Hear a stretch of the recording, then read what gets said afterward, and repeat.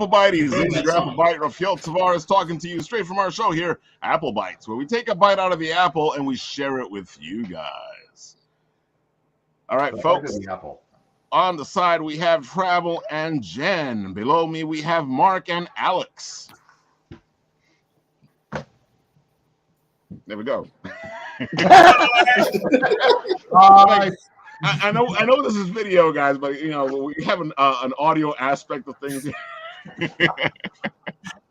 We're just gonna mime. Just throwing that out there. I didn't want to talk over everybody. Where's that damn puppet? I can't find my puppet. Oh, you guys got a puppet too? I was just gonna take a sock, but I'm not wearing any shoes. I have this beautiful puppet that looks like either me or my father, and I can't find where he went. Nice. And I've been dying to use them on the show. I got a Rasputin Funko Pop that looks just like me up here somewhere. I used to stack it up on some books at my desk whenever I was out of the office, so it looked like it was just staring at the screen, like I got shrunk. All right, folks, let's start this thing off. Travel and Jen, since you are on top, why don't you go first? Give them the spiel. Go for it. You first. Yeah, so I'm writing a web novel. I'm editing his web novel. This way? Yeah. She's an editor and a muse for this thing. So if you guys don't remember, I used to come on the show quite often, but then life happened and I pretty much don't stay up after dark anymore. And but last time I was on here, well, it might not have been last time. I think I've been on then. But last time I was on here, I was promoting a print book, which she was the editor on. I just met her then. Lewis was my muse on that one, and he's a little bit of a muse on this story too. But whoa, we went from Brady Bunch to Wheel of Fortune. Oh, cool! He's got a copy of just some guy right there. Awesome, cool. Yeah, so up there, yeah, you can find that on Amazon. Ralph's showing that off. He's doing a great job. I'm going to hire him for some other presentations.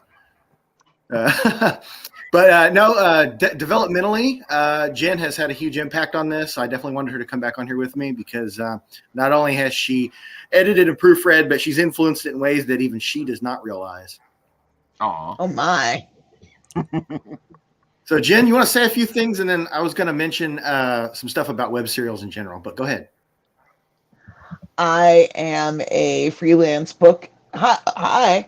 I'm a freelance book editor. I work in mostly, I don't know. I work in most genres except for Westerns. I don't really know the first thing about Westerns. Primarily, I tend, not with Dan's books, but I help people turn their characters into real people and their plots become less holy, I guess. That's a great pun, isn't it? So, Jen, wait a minute. If you were doing a sci-fi Western, would you be able to do that? That one I probably could manage. But every genre has its tropes and like what its readers are looking for. Right. And so Western, I would be really lost. So I'd be like, I'd probably fare better than she would on that one. You would. Although I mean, although you could ask your mom. I was about to say I would know horses better, but then I realized your mom would. So, but that's primarily what I do. I mostly do content and line editing at this point. And so last book I worked on, other than Dan's web serial, was I'm currently working on a romance, but we won't talk about that. The last one I finished was a EMP post-apocalyptic thing that I actually thought was pretty great. So, she texted me about it and said it made her cry. It did. I thought it was a good sign, as creators, because most of the times we're really hard on ourselves, and we really tend to hate most of the stuff we do. I want to say though that I did cry, but I also rockets make me cry and cathedrals make me cry, so I'm not sure that that's quite a hard sounds like you're thing. in good company. Yeah. So So I'm keeping a tally on how many things that I do because she knows she's helped align a lot of my story, but stuff that she doesn't know, and so she doesn't read it until she's on the cutting room, like editing this stuff. And I'm keeping a tally on how many times that I bring tears to the eyes, and we're up to 3 now, so that's awesome. Because the last one was great because it was a really, really big thing that I was holding back on letting her know about that's in this story, and the way she does things. This is for anybody watching this that wants to hire Jen for her services. Okay, the way she does things is she will read everything first, and she will give like audio feedback where she'll record herself in the side column next to what she's, reacting to, and then later she can go back and actually edit and stuff. But it was pretty cool because a few weeks ago, she didn't even wait for me to see the the editorial. She just texted me and she's like, "Oh my God, I just read blah, blah, blah, and I'm crying." Like, that's great. That's always a good feeling. Yes. Yeah. So Jen, if you have anything else, I want to tell them a little bit about web serials in general. I at some point would like to start a podcast of my own, but it's going to be a little less geek focused and more just points of writing in different genres. Like I want to do a series on writing historically and like what is absolutely necessary so your readers don't want to string you up versus what you can get away with on characterization, stuff like that. So I feel you, because that's what my Written Rich show started off as a writing show, and then they went kind of geek. Well, I am a geek, so it's always going to have that tinge. But really, I'm just doing it because. So last week when I was super COVIDy, I was on YouTube, and I was like, "Oh, I'm going to watch, Jim Butcher videos. Why the hell not?" And I noticed he was on this podcast live stream, and it was one that had 70 or 80 subscribers, and I was like, I could do that. I know 80 people, they'd subscribe. So that's kind of how I got the idea. So. And I'll be the first to say, I've said this to both of them individually. I really see Ralph go on her show because I think that you two would be something she's like wing to me a few times on here, but right. Jen on the Rich or Ralph on the show would be a really good show. That would be fun. It'd be nice to talk writing. Yeah. Right. So yeah. So your turn.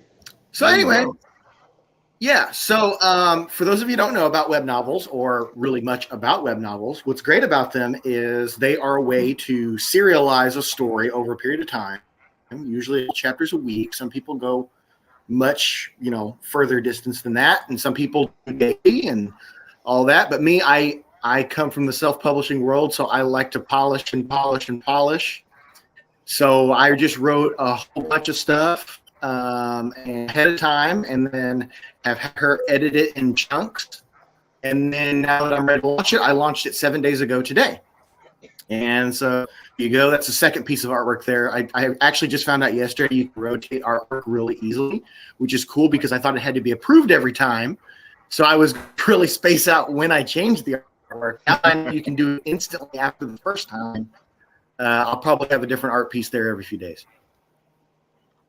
So really cool. So web novels, cool. So web novels are really popular in Japan and China for a long time, and there's millions and millions of people that read them there. But here in the States and the Western world in general, it's really only been a thing in the last 7 or 8 years. Really catching fire, and I didn't get into them myself until a little over a year ago. Right. But it's great because you can put yourself out there long before you get to the cutting room of making a print book. So that's really cool. You get the feedback and audience build and all that stuff. And I'm not going to lie, guys, I'm actually really blown away. In 1 week, the amount of engagement that I've had with this story far exceeds what I expected to have at this stage. No joke. I know you were telling me that. So Royal Road here is my personal favorite site. There's other sites, but I'm sorry, I couldn't hear you. What? No, I knew you were telling me that in the chat on the side, so I wanted to hear more about that. Yeah, go ahead. Oh yeah. So Royal Road is my preferred site. As a reader, it's my preferred site. But as a writer too, like there's other ones too. There's ones, and they all have their own forums. But if you like fantasy and a little sci-fi, they don't go too heavy on sci-fi. There's sci-fi in here, but it's a very fantasy-centric site. Particularly like lit RPG and stuff like that. Mine's not a lit RPG. There's a lot of that on here. So I do recommend anybody when you get into this to start with Royal Road because it's got a really, really awesome community. For the most part, writers get along with each other and help each other out and stuff. And they have a great forum. They're really, really cool and down to earth, and they're easy to talk to as like a little guy who's never. I mean, I talked to like site admins before I even started posting. It was like I was talking to Ralph. So yeah, it's cool stuff. But yeah, so it's exactly what it is. Where it sounds like. I'm sure people who watch this show know what Isekai is. Don't. What's that, Lewis? Lewis, you saying something? Oh no, I was texting you, man. You're breaking up a little bit, dog. Yeah, your sound is breaking up a bit. Oh, can you hear me? Okay. Look clear. Now it sounds better. Don't worry, we're going through a storm right now, so. That would make sense. Explains probably why we're getting this because we got the. You have a window right there. I'm not looking out that window. It's like, Ooh. Poor Dan. Oh, we lost him completely. Whoa. Ooh. All right, so Well, I'll pick up for as much as I can. So I'm not the Isekai genius he is because. Don't worry, I'm right here. I know all about that. Well, I focus primarily on Western, but here he's back. But Royal Road is actually very interesting. Can you guys hear me? Now we can, yeah. he's back. perfect internet. It's beautiful outside. Did you? Okay, pick up where you are. Today? I heard people at once. Uh-oh. Uh-oh. No one's speaking that many times together. Can you guys hear? I think Travel, we're losing you there. It's like I frozen. can hear you just fine. All right, so up until I guess Royal Road has a lot of options as a reader, and it really has anything you can think of, and I'm really amazed at the creativity and the breadth of the authors on there in a way that it looks really interesting. Now that I've been checking it out because of Travel, I was like, okay, this is different. Yeah, it's a lot less. Sometimes with published fantasy, it's kind of stuffy. Like everyone thinks it's got to be this epic adventure, Right. And so a lot of the stuff on Royal Road is a little bit more informal. And I really like informal fantasy, as it turns out.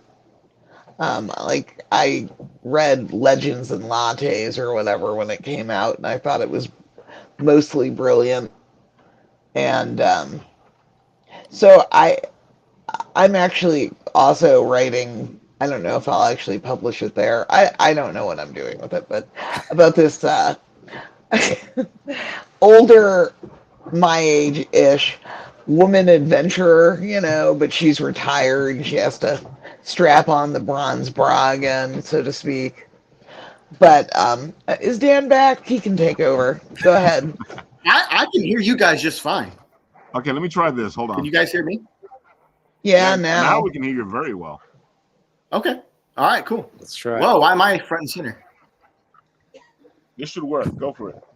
Okay, as long as everybody can hear me. All I was saying a minute ago when you guys said that you couldn't hear me was I'm sure that people who watch this show know about Isekai and what that is. That is basically the Japanese word for another world or to another world.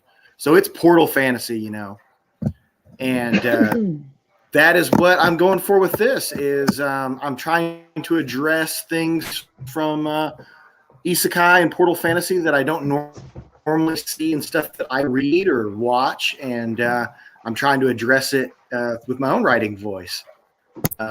Namely, things like the main character going to more than one world, or the main character being able to go back to their world. I don't see that enough in the things that I read much. So that's what I aim for with this story. And you succeeded. Did that make it through? Yes. Thanks, I had a feeling if I put you center stage, it would be a little better for you. And it's not lit RPG, at least. Doesn't like RPG. I'm not a big fan. No, I am a fan. I don't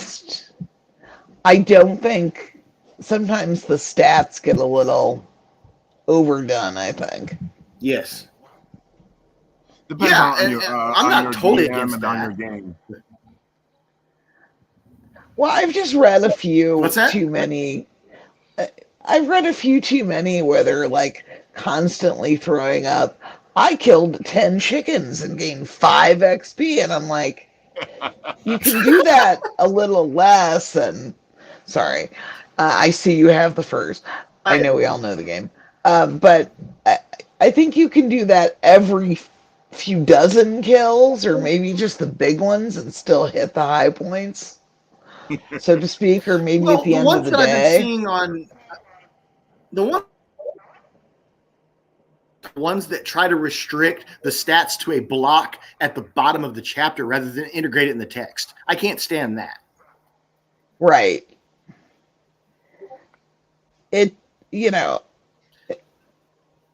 Everyone's got their own personal preference, I'm sure. So. Oh, definitely. I've run into it many times, especially as a DM. You realize that certain people want certain things and other people want other things. And the whole thing is to juggle the whole thing and figure out how to give everybody what they want at the same time. Well, I guess you could offer options as a writer. Like, do you want the stats, at the end of the chapter? Because it wouldn't be that hard to snip and paste. But like when it comes to writing, especially like, and I know you guys remember your the Choose Your Own Adventure books. There's a way to do it. Oh yeah, we've talked about that. Those were such fun. Oh, definitely. Right, there needs to be more of those. Oh, definitely. I completely agree. I feel like we've gone away from them. We need to go back to them. But more story though, I think that there's stuff in there that would appeal to a person who does like lit RPG. I don't do the stats part of it, but as far as like the isekai stuff, like where hopes of that is usually that the main character has prior knowledge about a type of world that he's going into, and that may influence his decision making. Right. And because in my story there's actually 7 different worlds, some worlds he doesn't know so much about, so it kind of affects him different. And the thing I really pride myself on with this story is I tried to attack each world that I wrote with a different literary genre. So when he goes to a different world, I've tried to mold my writing to make it fit the type of genre for that world. So you might be reading a story that is epic fantasy, and then you might be reading neo-noir gothic horror. So it goes whichever way. I love these type of stories where you do go from place to place. I've done some myself because it's always so much fun to see what the character's going to do in the new setting. Well, and the skills from one world don't apply necessarily to the other. We lost him again. Well, it's been an interesting day so far, folks. If you've been here, keeping score. We lost Nat a couple times. We lost Mark once or twice. It's a lot of storms. That's my fault. I saw the login button and I'm like, oh, cool. I can log in and I'll throw up some comments. And the second I did that, it dropped me. Okay. It's so funny though, because when you log in, it gives you another option to actually share this to your feed from your login. Oh, that is cool. It's new. They added it like a couple months ago. Well, If So I what had are a you saying? feed. What I've read, from what There I've we read go, ahead. Oh, there you go. If you have to drop out again, I'm gonna unleash the seed novel on everybody. So hopefully you don't. You're gonna tempt them into cutting out, man. Oh man. Of course, we have Son of Okay, Seed can you on the guys hear me side, right now? Because it seemed like it was going good. It was, and then you died suddenly. You were doing Much pretty like well. a No sense RP. at all. I have not had a skip on the internet at all. You're just playing a hardcore Diablo character right now and Exactly. don't even know it. You gotta check your stone. You gotta love the internet. Well, so Lewis was about to mention something because Lewis read this story, and he's read almost as much as what Jen has. So, what were you going to say? Yeah, I was Anything to I add? was just gonna fill in the blanks when you were there. You know, it's a lot of fun. I've been lucky enough to read ahead on a bunch of Mr. RootBeer here's stories over the last couple months, and as far as isekais go, it brings less of your cliche kind of like immediate jump into the world and everything about it, and it gives more of a realisticer approach to how someone might be if they tumbled out in a colonial world where the American Revolution went differently or something like that. So it's a lot of fun, and as he was saying, Railroad, Right. it's free. And we had the Count on internet there, trouble, check so I it didn't get a out. chance to mention that. Oh, can you guys hear me? You might be on a delay there, bro. Can't. Yeah, he's on a delay. Yeah, I don't understand because you guys are coming through with no skips at all.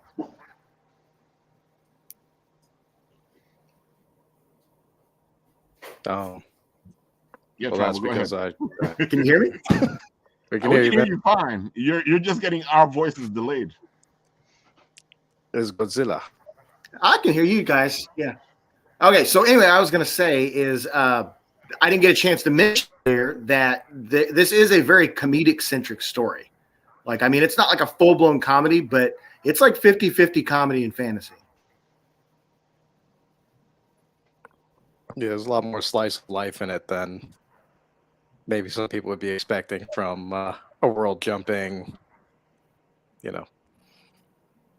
story like this. But yeah, I tried to it's a make lot of it fun. where that between worlds, when the main character is not in another world, you got a lot more slice of life, dramedy stuff going on back at the mansion itself, and that kind of builds over time. But the main story takes place, in the various worlds most of the time. It sounds really good. And it's the reverse of the usual isekai where the character, is it the reverse? Kind of, because it kind of centrals back to your main world, where I think most of the guys are kind of stuck wherever you're in. But Right. I don't know if Mr. Rethan is there to confirm that. It depends on the age in which you're talking about isekai. If you're talking about very early isekais, especially within the shoujo area, a lot of times you would have sort of the main character going back and forth between them. But as we sort of progress into around the 2000s, it's sort of focused around leaving this world and going into another that, depending on the genre, was either a lot better than this one or a lot worse. Right. And that's where I try to keep it more grounded in the Western portal fantasy stuff, where things like Wizard of Oz, where Dorothy actually goes back and forth to Oz 3 different times. And same with Narnia. In Narnia, every single book, they're going back and forth. Yeah. And sometimes they spend a lot of That's time. where I try to keep that grounded. I mean, there's still plenty of Japanese influence. I wouldn't have put isekai in the title if there wasn't. But as a Western writer, I wanted to write it more from a Western perspective. Sounds like you did a good job. Oh, there's harem in it too, by the way. I should mention that. You should. But it goes a lot different than most harem stories too. Is there a big city goth mommy GFs? I mean, yeah. I'll take 5 issues. Yeah, so Lewis can You got comment his on that. attention. Like, where I broke from the norm with the harem stuff. Don't give any spoilers, but tell him. Tell me everything about the big titty goth mommy GF who will crush me with her thunder thighs and calves. More of a petiter one, but yeah, there is one that fits that description. More of a barbarian, if you like your old Conan movies, sort of physique. Is there death by Snoo Snoo? There might be coming up. Like I said, I just read through the last stuff you sent me, so kind of. So that's another thing I should mention is this thing is broke up into story arcs. Lewis has read through 4 of the arcs, and I'm currently writing 5 now. Jen is editing arc 3 and 4. Arc 1 and 2 are done, and we're in the middle of we're smack in the middle of arc 1 right now on Royal Road. How often are you posting them now?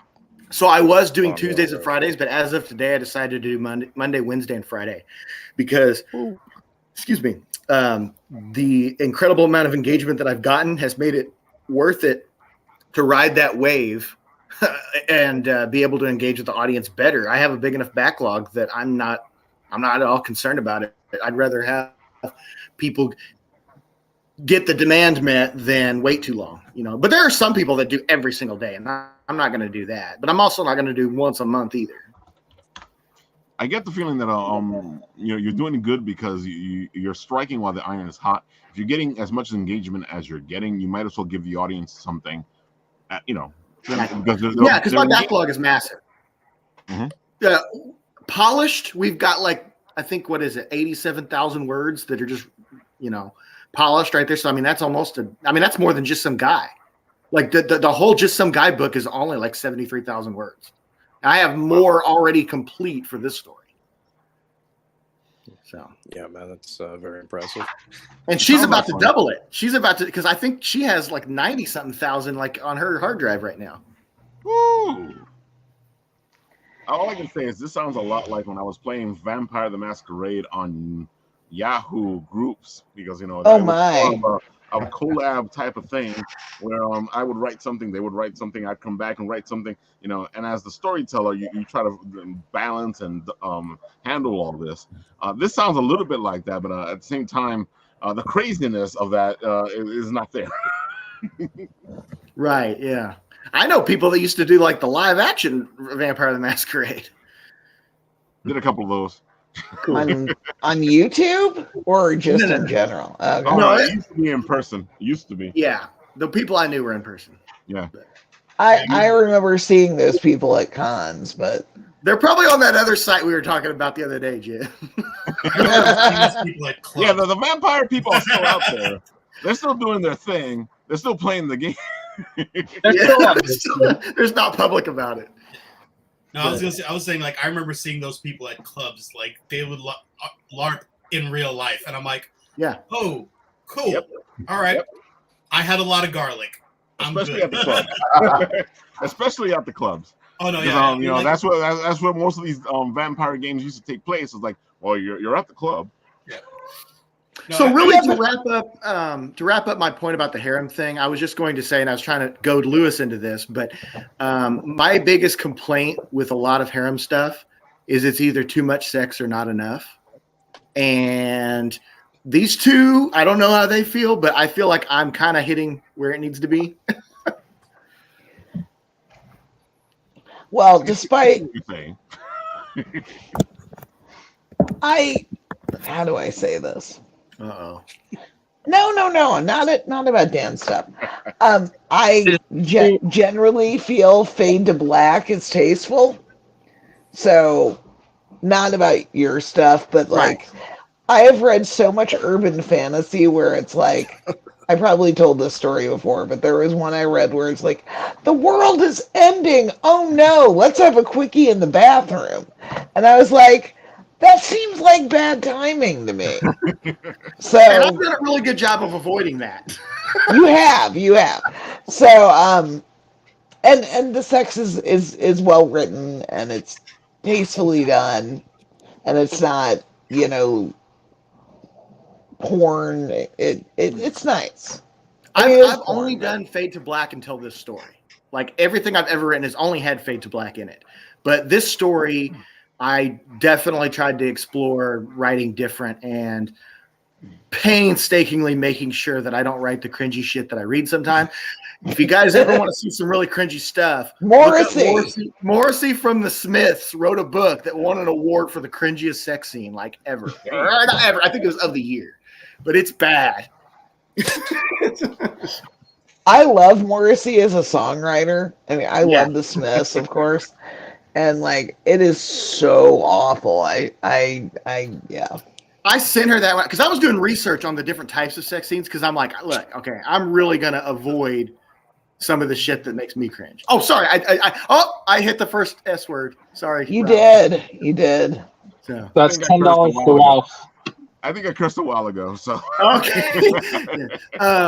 But when I found that scene, I sent that to Jen, and I'm like, this is Morrissey, like that Morrissey, like not just some guy named Morrissey. That is the Morrissey wrote this.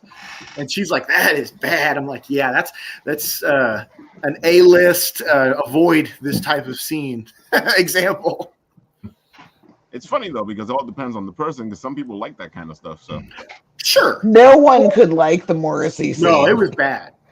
I'm telling you, folks, I've seen some really bad scenes, and I go, man, that was bad. And somebody goes, oh my god, that was great. And I'm like, some people who have actually liked it.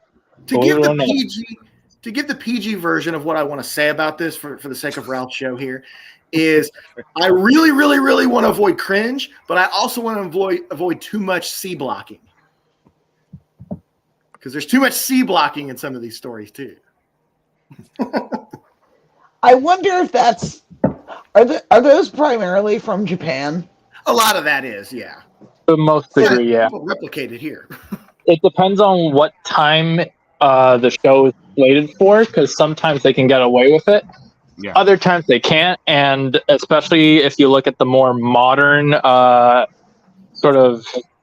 just more modern anime as a whole, they get closer and closer to it, to where we have had hentai on international television now. So, oh my. No, I was just thinking of the cultural, like I've read a certain amount of what's going on in Japan with people younger than me, and I wonder if some of that is related to their cultural norms, like they're not pairing up in the same way that people my age did. I'm sure that's a factor. Because that's true for here also. It just no, you're right. It is. Yeah, it is. But 2D waifus are better. Just prove me wrong. 2D waifu. You will never break my heart. Right. I don't know. The AI is getting pretty advanced. Yeah. AI is still 2D waifu. And there's plenty of body pillows to go around. Body pillows. All right, well, that's really all that I need to say about that part of it. You know, like I don't really need to do. I just wanted you guys to know that if you do like sex in a story but don't want it dominating it, that's what I'm doing in the story. I'm aiming for the most because you guys want sex. There we go. Right. I am actually aiming for the cringiest sex story ever with one of mine. Well, yeah. Can I tell them what you wanted to do when I first started outlining the story? Uh-oh. Can I embarrass you with that?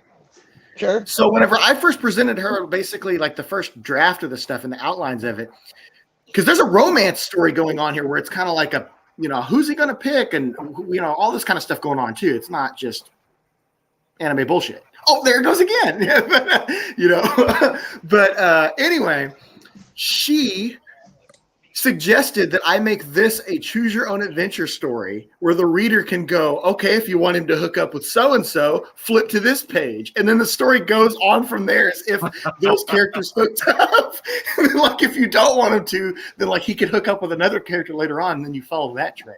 I'm like, that's some complicated stuff, all right? That's pretty complicated. I actually think choose your own adventure and web serials are ideally suited as long as I think so too, because of hyperlinking. Because you can hyperlink to this destination. Right. I don't know if Royal Road supports that though. It does. And actually, I need to get with you about this because I recently discovered how to do the table of contents where you can click between the different story arcs. Okay, cool. So, anyway.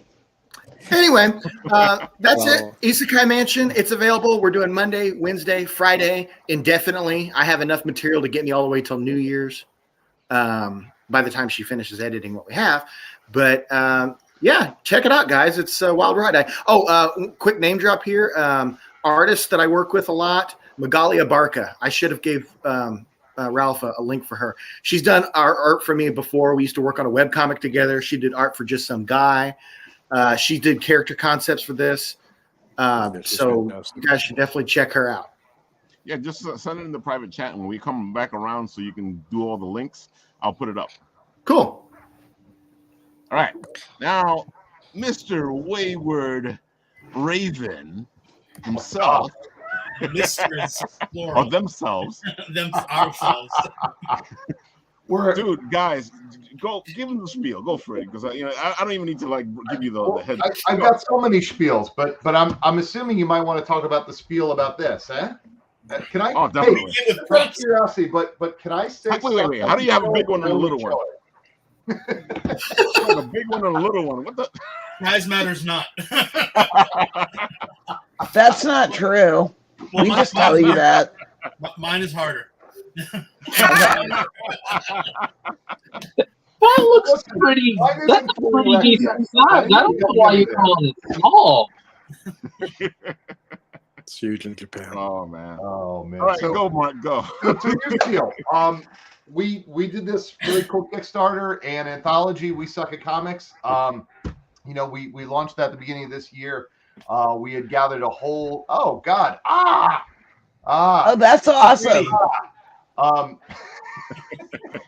But we had done this. We had done this whole anthology. Super successful. Really did a great job on Kickstarter. Got one of those. Projects we love, all that sort of stuff. And we definitely overachieved, which was just an awesome feat. And we had something like 17 different stories in the book, and we were so excited about it that we're going to come back and do it again. So what we're actually out doing right now is just running the circuit and telling people about submitting to Volume 2. The first one was all about rejection. This one we want to all make all about coloring outside the lines. We've always really been big on different points of views, different ways of looking at things, just having a general diverse cast of stories, characters, whatever. And so we figured that this would be a great opportunity to kind of continue that theme and get that all out there. We're not really structured too, so we're keeping it very vague. Whatever this theme means to you, do it. It's yeah. And actually, one thing in our previous project, it was comics and prose. This time, we're also going to be including art. So if you're an illustrator, you don't have a comic, you don't have prose, but you want to draw, you have some pictures that fit with the theme. We're accepting up to 5 different individual pieces, and what we'll do is we'll intermix them within the book. And as you can see, the way we did the book, the way we laid this out, let me see if I can hold this while displaying. We have full color pages, and then we have there's some what we're doing is we're even giving every creator a shout out. So every creator will get their page in the book right before their piece. We'll have like this one, we have a little yearbook thing where you can sign your name. So it's cool. Again, we're going out of our way to make sure to show off other people's work. And let me see if I can get a... Dude, that makes life easier to get people's autographs, for the book. So that's cool. Yeah, exactly. Page 1, boom, you're in there. Oh, by the way, you're friends with one of the artists. We have some extra pages in the back, some blank pages. You can get a sketch, inside cover, Mark, I don't know if you have it on yours. I literally wrote a little yearbook thing for his, just for funds. It's on my shelf upstairs. I treasure it so much, Alex, that I can't possibly bring it down here into my office. How sweet, man. How sweet. Are you doing a coloring book for this too? I mean, now we're stealing that idea. I really think the Kickstarter stuff with comics is fascinating and really super cool because everyone has feelings on what the mainstream comics are doing, and I don't want to talk about it because it'll derail everything, but I think it's really cool. No, I think it's I do read some comics, and I'm more passive about it than other books. But I think the indie stuff is really, really neat and much needed. So congratulations. Well, funny story you should say about coloring books. When we first started doing this stuff together, we had a weekly webcomic, and we debuted our whole operation at NYCC, but we didn't have enough content to actually sell things at the table. We had 1 or 2 floppies of Mark's comics from before we were Wayward Raven, and we had 10 individual printouts of our webcomic, because it was we started September and October was NYCC, like 10 pages. So we went out and we created a Damn Heroes activity book based around our That's webcomic. so cool. So it's coloring pages, puzzles, mazes, literally just stuff that you find on the back of a cereal box. And it was like a super limited run. We no longer have any of them. So if anyone did pick them up, collector's item right there. I might have one somewhere, but I would have to dig pretty deep for it. I think the copy I had, my godson tore it apart. I love multimedia projects like that. Yeah.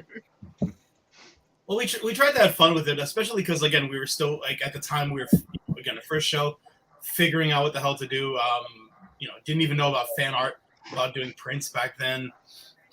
Still learning how to put together a book. I mean, I had some experience in publishing, but, to do it the guerrilla style we've been doing it, it's a definitely learning experience. So. Well, that's what I like about you guys. You guys are constantly thinking outside the box or coloring outside the lines. The reason you caught my attention, and I'm not going to say, it's a rumor that I heard you guys had beer at New York Comic Con. That's an ugly rumor that is unsubstantiated, right, Mark? Completely unsubstantiated. Potentially very true somehow.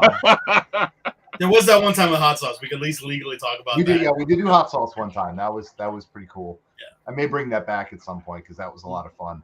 I will tell you. There's something about that, both of those products ferment, right? But beer kind of does it in its own little, container, that sort of thing. Hot sauce does it with cheesecloth over it. And I'm gonna share this with you. If you're thinking about making hot sauce, don't do it in your living room and leave all the things out, because I couldn't figure out why I was sneezing all the time and my eyes were burning. Because you're a bad man. Well, yeah, for me, it's my fermenting is bread, and I'm big on grilling. And a couple times I joked, if I can set up a grill at a convention, that's our added bonus. Can you imagine? That'd be great, man. Do a food truck. The food people probably be like, no.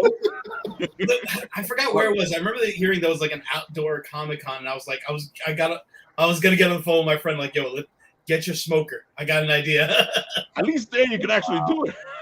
I mean, there is an outdoor comic convention this weekend. Where? Yeah, we are. I don't know if they'll allow a grill, but I know it's outdoors. We're going to be geeking out to Staten Island on Saturday because our pal Shen is going to be tabling for the first time, showing off her work. Nice. So, it's at Snug Harbor. It's beautiful. It's going to be outside. And now that I'm like, maybe we should bring a grill. Can do anything till you hear the sirens. Hey, there's a booth next to it. It still hasn't been claimed yet. Or at least they haven't put a name to the spot. So there might be an empty spot. I know the food people are going to be there too. So they might be grilling up there anyway. So now you got to be able to find Staten Island. Empty spot next to you, man. That means you got a double-sized table. There you go. What you got to do if they come around and say, hey, you can't sell those hamburgers or hot dogs or whatever, you go, no, these are only for my friends. Well, who are your friends? They're anybody who buys books. Buy a book. You can be my friend. See, I knew you would have a way to figure this out. Well, listen, what we do here is we find ways to skirt the rules. That's our. Do you remember the Jolly Rancher incident? Which one? I feel like there's probably at least 2 of those. This is fair, but no. This isn't your personal life, is it, Alex? We're not talking. Oh, no, that I can't talk about. That there's still a statute of limitations. No, I won't say which show it was, but one of the people who ran the concession, they're like, "Oh, you can't give these away. You're competing with the concession." It's like, I'm giving away Jolly Ranchers. How does that work? Like, okay, fine. We'll put it behind the table. You know, it's for personal use. And then like 3 times they came around, they're like, "We're watching you." This is like those stories where like the principals were going around throwing away kids' food or whatever, like because they it's like their EBT or whatever didn't go through, or not EBT, that whatever the school lunch discount thing didn't go through or something, and like the principal just dumped in trays. Like, This was NYCC. No, it wasn't East Coast. It was not NYCC. Yeah, we've had another show on the East Coast where we may or may not have had a tasty beverage and had that shut down very aggressively. Yeah, yeah. I don't know what show that was. It may not have been the way they seduced me to the table, and that's how we became friends. I don't know. my favorite thing is whenever I see somebody walk around with like a Budweiser, a Bud Light, or something like that, I'm like, "Yo, you want a real beer?"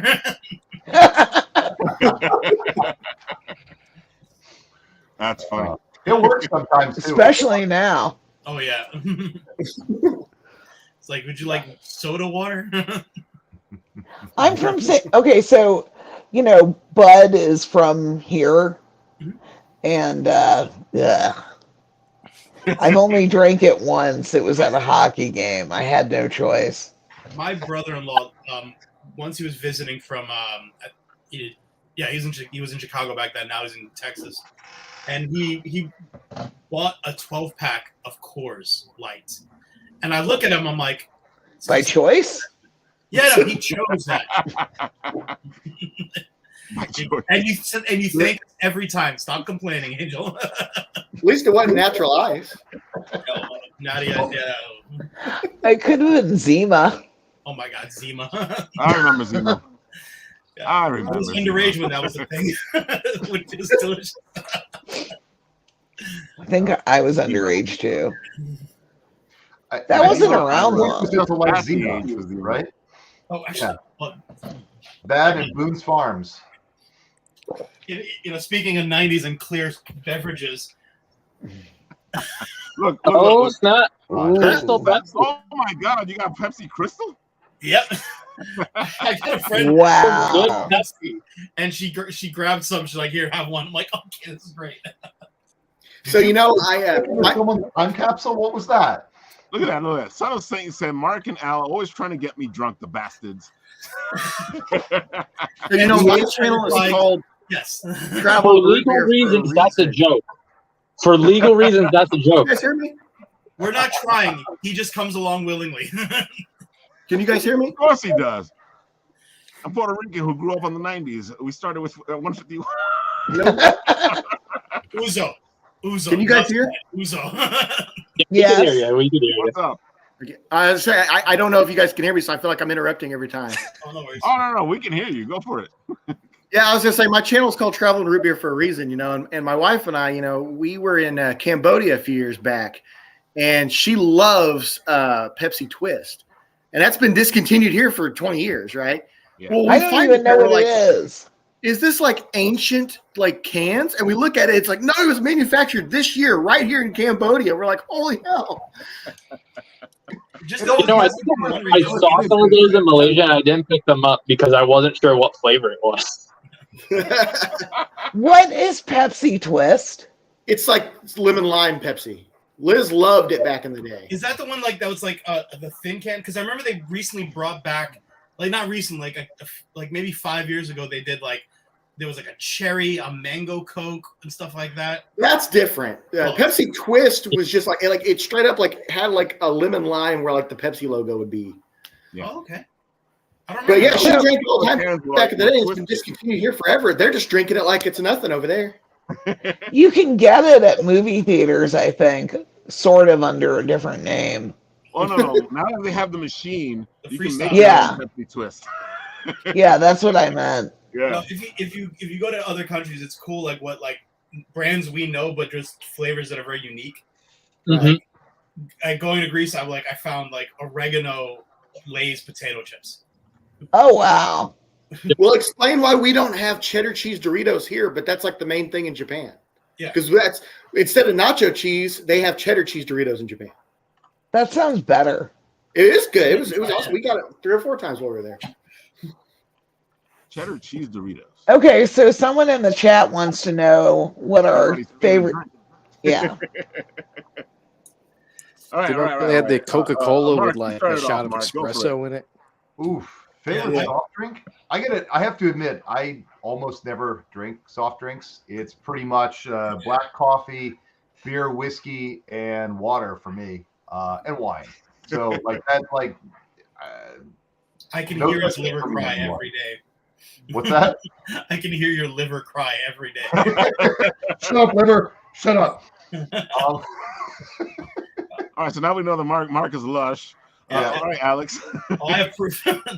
I was always a fan of birch beer, but then I learned I went to some place in LA that did like chocolate syrup in Coke. It just changed things for me. So like if it's not a vanilla Coke, I'll throw some chocolate syrup in it here and there. And of course, got to say, as a New Yorker, you know, chocolate egg cream. I love egg creams. Shadow. So I'm a. Oh, is somebody else going? Okay. Shadow. Oh, No, Jen, you can go. Oh, Shadow needs more time. So Jen, go ahead. I'm a huge Diet Pepsi addict. Diet Pepsi. Yeah. I gotta admit, Boring. out of the diets, Diet Pepsi's better than Diet Coke. It is. There's something about the clean, like, not too sugary taste. Which is weird. I like it. Pepsi's all sugar. Yeah. Travel. So we could do a show on this because, as Lewis knows, I'm really into craft sodas. We could do a whole series on this. But just to throw one out there, if you guys can find it, get you a Cicero salted caramel root beer. Whoa. Shadow? Those are good. Those are good, man. I don't know anything with sugar in it. I mean, I used to get like a Sprite and shake it up and decarbonate it and just drink the diabetes water from there. So, Like blasphemy. Decarbonated. Does soju count as a soft drink? I guess so. Well, if we were gonna give Mark his all his liquors and stuff, we're gonna have to give you yours too. You don't give me my liquors, I take them, damn it. Exactly. As we've seen. Violently grasp them. That I gotta say, I'm a Coke boy. Always been a Coke boy. Always will be a Coke boy. They should bring Coke back into Coke. but I'm back in a Coke. I know some people out there. What are you talking about, Ralph? There used to be Coke and Coke. Okay, that's why it's called Google Coke. it. People from the 80s remember. Actually, The 1880s says he. Has anybody tried Manhattan Special coffee soda? Yeah, I've had the coffee sodas. They're really good. They're weird, but yeah, it's an old any Italian deli from like back in the day would always have like a bottle of the espresso or the regular coffee. They have those in Japan too. Pepsi has one called like Pepsi Shot, and it's like a tiny can of like coffee espresso or Pepsi espresso. Dude, recently I saw Coke had a coffee flavor. Coffee Coke, yeah, it was actually pretty tasty. Yeah. They used to have, but then they discontinued it and they started up again. I had gotten they gave away a bunch of them at Best Buy, like back when I was in college or something. Just gave me like a whole crate of it because they're just throwing them out basically. I was like kind of hooked on those for a minute. They brought them back. Existing. Yeah. Oh no. It's so weird to see Coke and coffee at the same time. I'm like, what? So, Mark, let me ask you something. You're doing this series, and now you're opening it up to artists to do their pieces, and so it's also writers doing just writing. So we're gonna run the gamut, between comic book stories. So the general thought process is here. We have certain limitations. So I think we said 22 or 25 pages of comics, right up to that. 2,500 words of prose, or I think we said up to 5 images for artwork. yeah. But no, we love getting the pro stuff. I think it's a nice intermission between some of the comic pieces. I will give Alex a ton of credit for this last anthology and the way he put it together, and just the way it all kind of mixes and flows very, very well. He did a fantastic job with it. It's not just me saying that. I've heard a lot of other people come back and say, I really love how this was compiled and put together. And that's I gotta admit, now you're tempting me. Now I'm like, I should send you guys a piece there to see what. Send it in. Worst thing we can do is say no. Do it. There you go, folks. If you want to like have some fun, you want to send it in. This is exactly why they're here. They want to show you guys that you guys want to be a part of this before they throw the Kickstarter, which I see you sent me a preview of, but I can't for some reason show it off. Oh, really? Okay. Well, you can go to waywardraven.com, and I will tell you, right front page, bang, the submissions piece is right up there, front and center. And then if you click on that, it'll take you through all the different things we're looking for, how we're looking for it, that sort of thing. But yeah, we have the full submissions on our website. There's a link to there's a link that goes to the Kickstarter, so you can follow it, or you can sign up for our mailing list so that we notify you. The submission guides, like, again, you go there, you go to this page, scroll down, you'll find out everything about the theme. If you click on submissions, that takes you straight to the submission guides, and you can even check out Volume 1. One thing that we did for Volume 1, and again, to show off creators, if you go to the Volume 1 page, you will see all the creators. We're giving everyone shout outs, links to their pages. So it's like, again, we really want to highlight the creators who are involved in this. And we're going to do the same for Volume 2. So it's not like, okay, you were in this thing and nobody cares who you are. We want to make sure people know who's in this book. Yeah. But and the other thing I would say is, look, the last book, we had some first time, artists and creators that were in there. So I want to encourage people, don't just go, geez, I don't know, you guys will never accept me. Like please send us your stuff. We're really interested in seeing it. We love the opportunity to bring veterans together with first timers too. So don't hesitate. I mean, the last book, again, granted it's our book, but it was my first time writing a story and illustrating everything in one shot.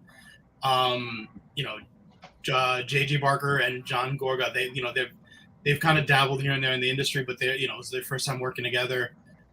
And again, it's not all of our friends. It's a bunch of people we just met who just blind submitted, and they're in the book.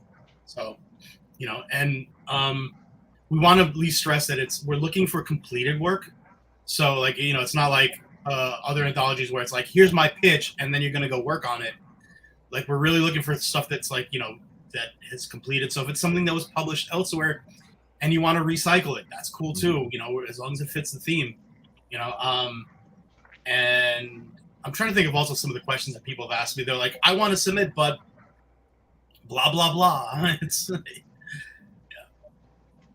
It sounds good. I know we discussed this the last time you guys were here talking about the Kickstarter, where I was asking you guys if you guys were going to do that. I'm happy that you actually engaged it in. I know it's probably more difficult to actually get find a writer, an artist, and find an artist and writer. But this feels like a great compromise to that. Yeah, because especially for writers who might not have an artist, we'll take prose. You want to write a limerick, poem, whatever, that's cool too. Yeah. I mean, challenge us too, because we like weird stuff. We like quirky stuff. We like stuff that's different. I mean, you just need to look at the stuff we've already published to see that, we run the gamut between some, fairly, straight up sci-fi, fantasy, that sort of thing, to stuff that's just really different out there. We love mythology, we love different takes on things, so the door is wide open. At the end of the day, our biggest thing is we just want to put together a really cool and really get it out to the world and help people succeed. So that's the big thing. It's about the community, right? I mean, we all, what's the saying? High tide raises all boats, right? So hey, we've been doing this for a little bit Let us help you get your stuff out there, right? Right. And this is a good way to do that, and it's also, especially if you're trying to be seen, and in this industry, being seen means you get jobs. Yeah. By the way, I want to pause for a minute because I didn't get the chance to respond. Angel Man, I love you too. Yeah, he put it right here. There we go. Let me put it up there. A Son of Saint is a blast, and of course, it'd be nice if you drop some of that artwork for our book. Ooh. I think you've been challenged, Son of Saint. Yeah. Oh. I don't want to challenge him too hard because I know how his mind works. I'm afraid I'll stop by his table. I'm like, take that print down. Take that print down. And he does some beautiful work, folks. If you haven't got a chance to go check out Son of Saint stuff, go check it out. And right now, he's like on a roll with comic book covers. So nice. Well, actually, I don't think he lives too far from me, so I better watch my back too. Where are you guys, in Jersey? I'm in Jersey City, so it's probably not too far from him. So. Yeah, you're pretty close to him. Yeah. We'll drop Alex's address in the private chat comments. Oh man, it sounds great. You know what? It's funny that both these projects came together because it's that concept of getting seen, getting out there, putting stuff out there, having fun with it. It's writing in its purest form. It's a comic book in its purest form. It's a contest in its purest form. Because all this stuff just comes together. And I know a lot of people out there are always like, well, I want to write, or I want to draw, or I want to do comics, and it's funny because every time they ask me and I tell them the answer, because we all know what the answer is, you just do it. If you want to write, you write. If you want to draw, you draw. But when you tell people this answer, they look at you like you're crazy. No one's gonna appreciate a work that hasn't been made yet. Right. And I remember this wasn't related to comics or art. It was like a video game. Learning to make video games was something that I was like really into back in the day. And I remember, I'll never forget this piece of advice. Page 1 on this book. Your first 10 projects are gonna suck. Yeah. Because it's like you need to get the shitty work out there. Yeah, exactly. Yeah. Like the whole thing is like you are the only thing that's really stopping you is you, in the sense that if you haven't done anything yet, you're gonna suck until you figure it out. So get it out of the way. If you don't think you draw well enough, well, keep drawing, you'll get better. Keep writing, you'll get better. And this is true. Stuff, I have a Google Doc full of shit that sucks. Again, we have a book that sucks. Full disclosure, it doesn't suck. I completely agree with you guys. I have so much stuff that sucks. That, it's in file cabinets. It's in old notebooks. It'll probably never see the light. Well, probably when I die, it'll probably see the light of day. Straight to the fire. And people are like, "Oh my God, this is so great! Why didn't Ralph put this out?" Well, it's funny too. Like, and not everyone thinks about this. You could always redo something that sucks too. Like, we won't name names, but we've got some books that we ended up redoing. I've got artwork. I'm like, I don't like this. I redid it.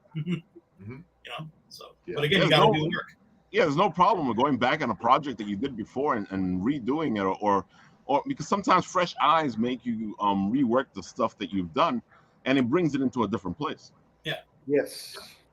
That is absolutely true, man. You guys are really hitting home with that one, man.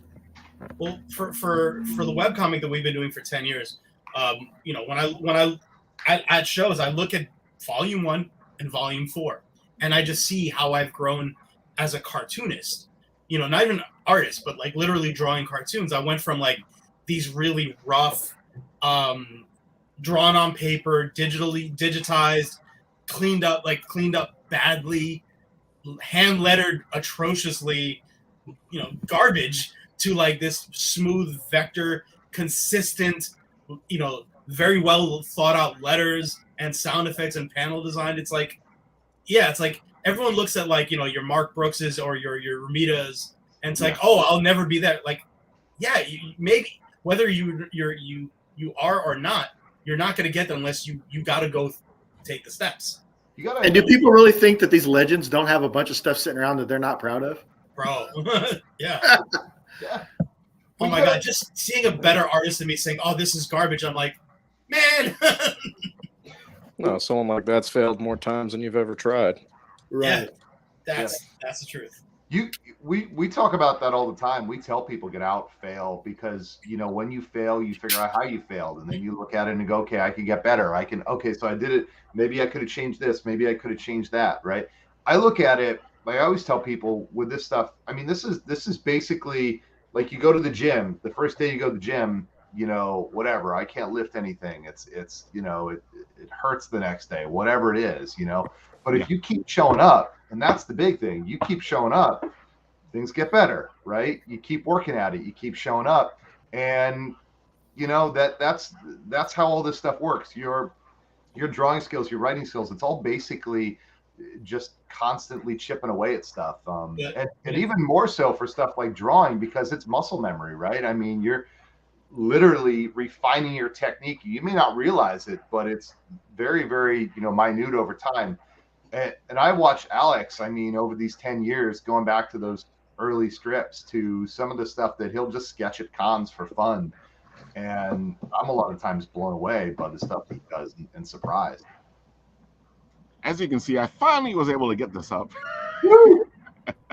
So now we get a sneak peek at what they're trying to get ready for their Kickstarter. Just to say too, the goal is a soft goal now.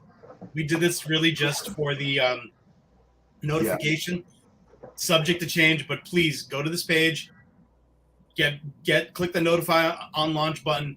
That is the most remind me. Yeah.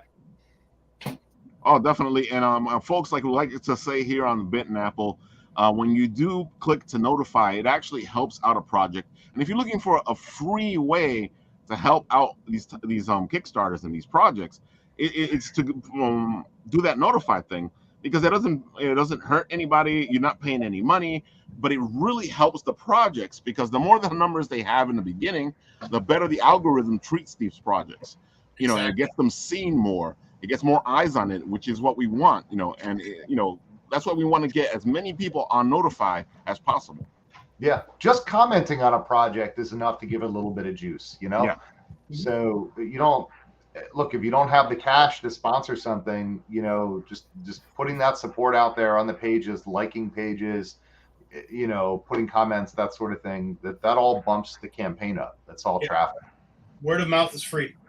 Spread the word. And if you got $1, dude, $1 helps a lot, because again, when it comes to the numbers of the project, that means that that $1 is giving you a number, and it increases how many people have donated or pledged to the project, which again gives you more views and puts you in a better place with the algorithm. So if you even have $1 to help a project out, it really does help.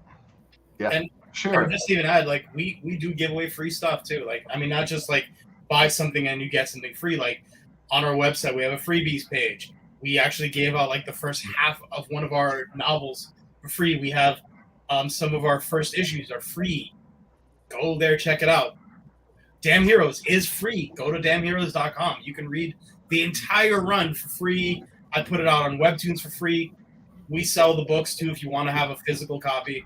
It's like getting it out there is really important to us. I gotta admit, I love those little comic strips you guys do. I see them more on Instagram. I haven't been able to dive into the whole thing itself, but I love when they come up on Instagram, and I'm like, oh, what happens today? Nice.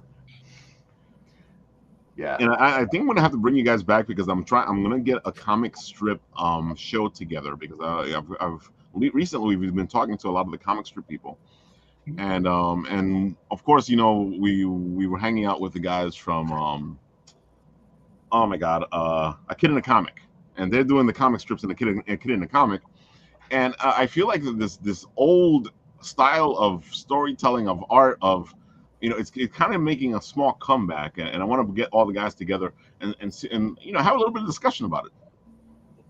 That would be awesome. Because who doesn't like? Well, I know I'm an old man, I know, but who doesn't like comic strips?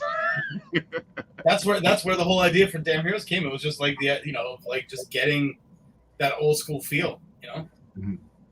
And I feel like web comics, a lot of them are pretty much comic strips. Yeah, not all of them. A lot of them, I think about 20 years ago when the the webcomic boom started. It feels so weird saying 20 years ago. It does. When that boom started.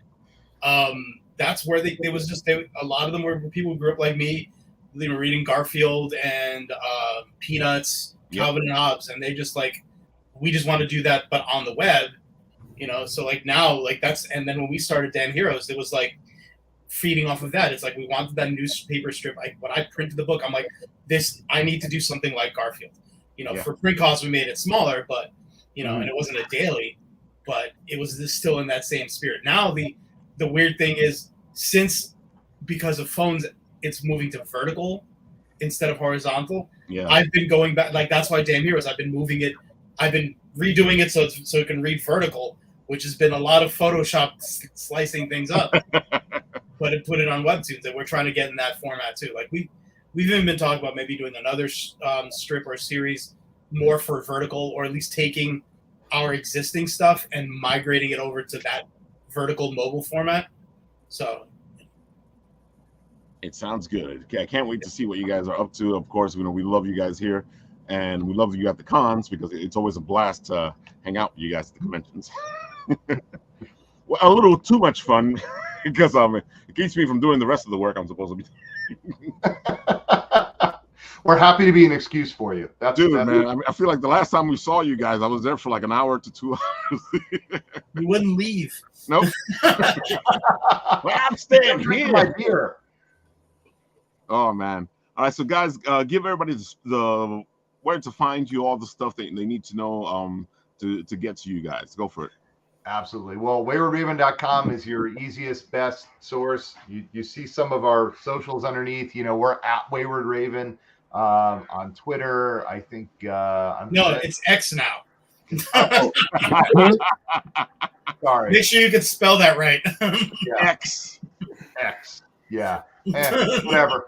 If you ever just are trying to find the video, you gotta go onto X Video, okay? And if you're into hamsters, there's don't do that. That's what you have to do. When I have to get videos for artists that I'm editing for, I now have to go to xvideodownloader.com. I was told there's this one with these two girls in a cup. I don't know. Oh my God! I can't believe you went there.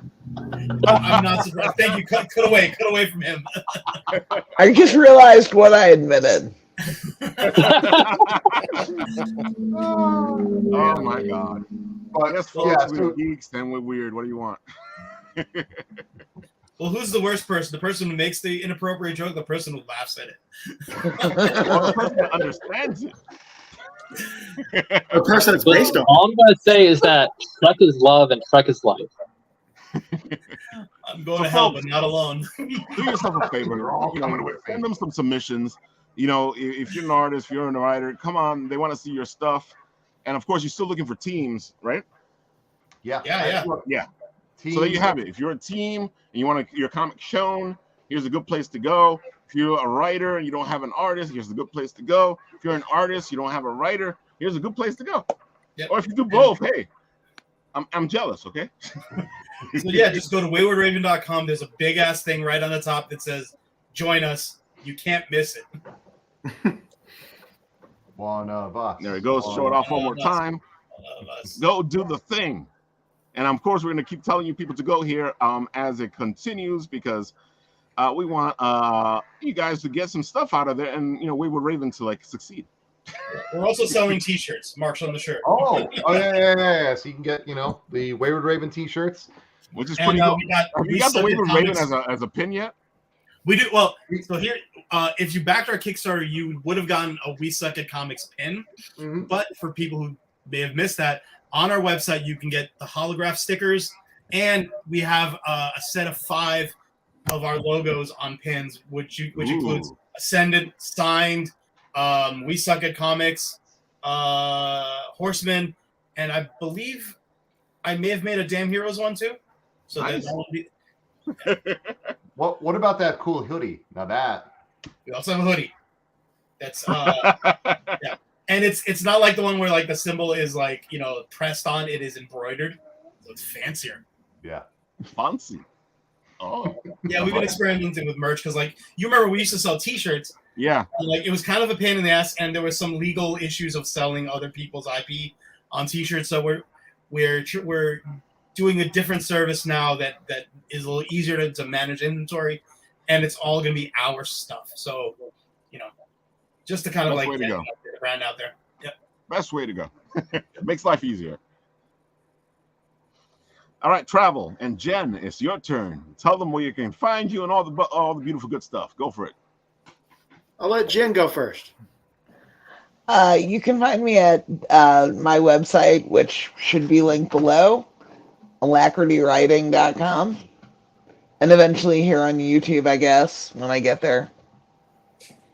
Don't worry, as soon as you get onto YouTube, we'll be sending people your way.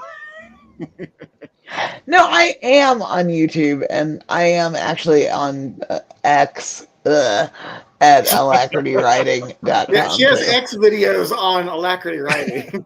Right. Oh my God. It's a handle that might be worth something. Exactly. But yeah, guys, seriously though, she does beta reading, she does line editing, developmental, good stuff. I do. You have and sometimes I write. If you need Jen, you need to be doing more of that. Find Jen. All right.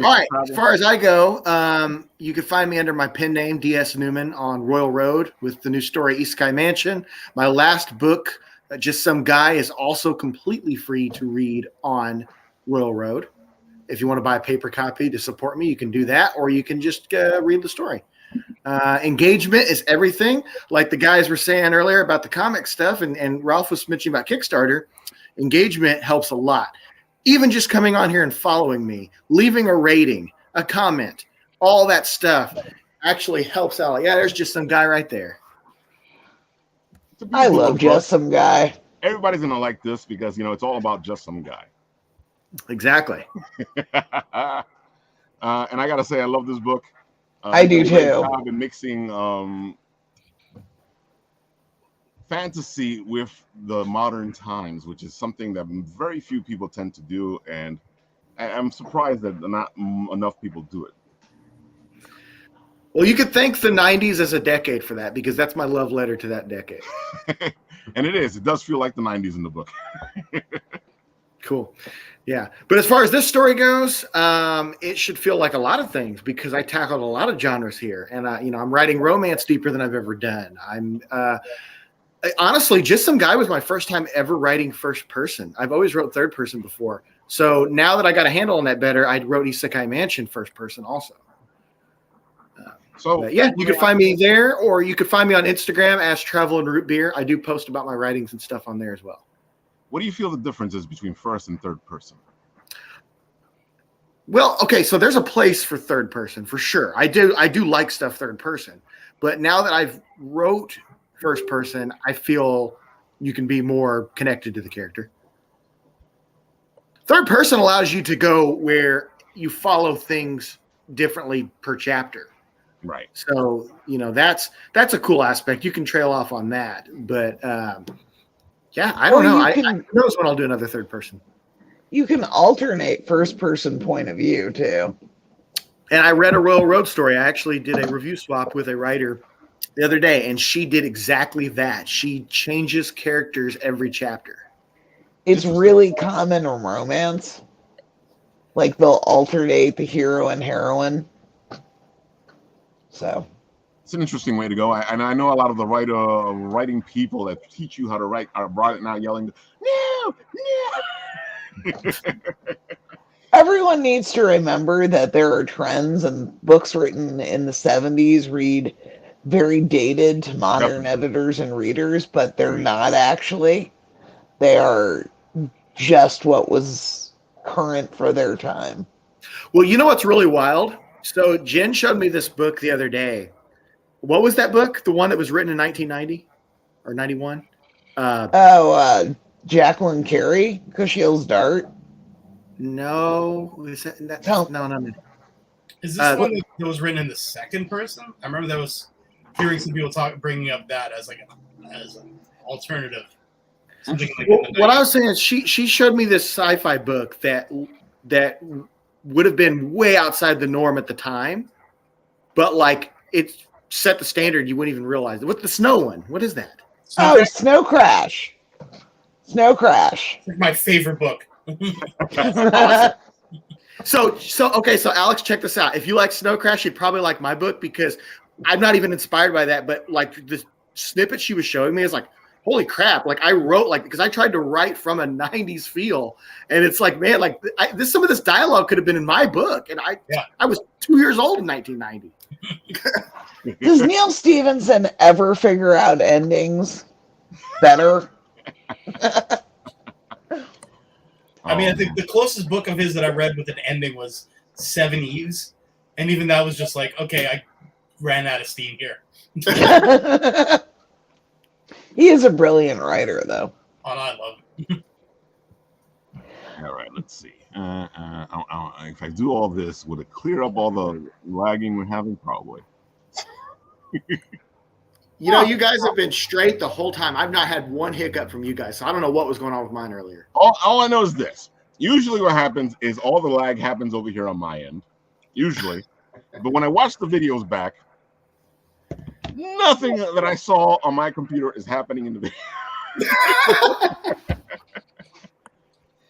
All right, folks, there you have it. We're showing you some interesting projects today, especially if you are a writer or an artist or a team that's trying to get their book seen. You are going to want to go to both of these places, actually, because it'll get you a place where you can actually showcase your stuff. And as writers and artists and all the stuff that we do, this is what we want. We want our stuff to be showcased because it gets you more jobs. Simple. The best way to write is to write. Best way to draw is to draw. Who'd have thunk it? But again, every time I say this to somebody, they go, "You're an asshole." I think a lot of people, especially with self-publishing, think that there's a financial bar to doing it. And to be honest, I mean, if they're going to publish on Kindle, there is a certain amount of investment that, whereas with the web serial, you really don't have to do that. Exactly. Honestly, you can ask her. It's made me rethink. I've been self-publishing for a decade. It's made me rethink everything, just learning how this works. Like, honestly, I have stopped myself from writing so many things because I always think of that end goal of, if I finish this thing, well, then I've got to edit and format and all that, which is fine. But Royal Road and sites like it let you dive right in, man. Yeah. And the people on there are so good. They will come on there and they will find things that she missed. Sorry. and put it in the comments where you can fix it. Like, it's really cool. Like, there's a tool that allows you to actually not edit the work, but show where it should be edited. All I'm going to say is industry standard is 95%. If they only found one, we're in luck.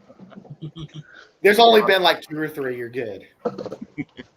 All right, folks, there you have it. This has been Apple Bites. Of course, go check out both or all these beautiful people. And we'll do what we always do here on this show because it's not written. I don't have to press the button while I'm talking. I just do this.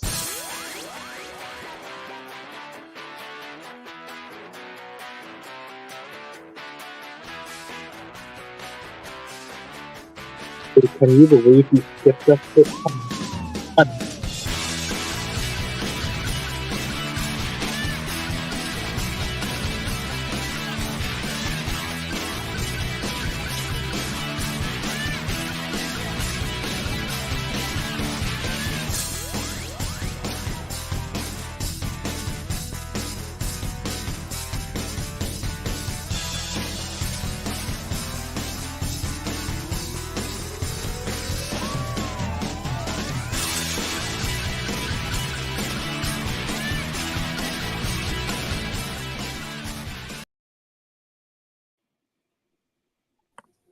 Oh, what are you guys waiting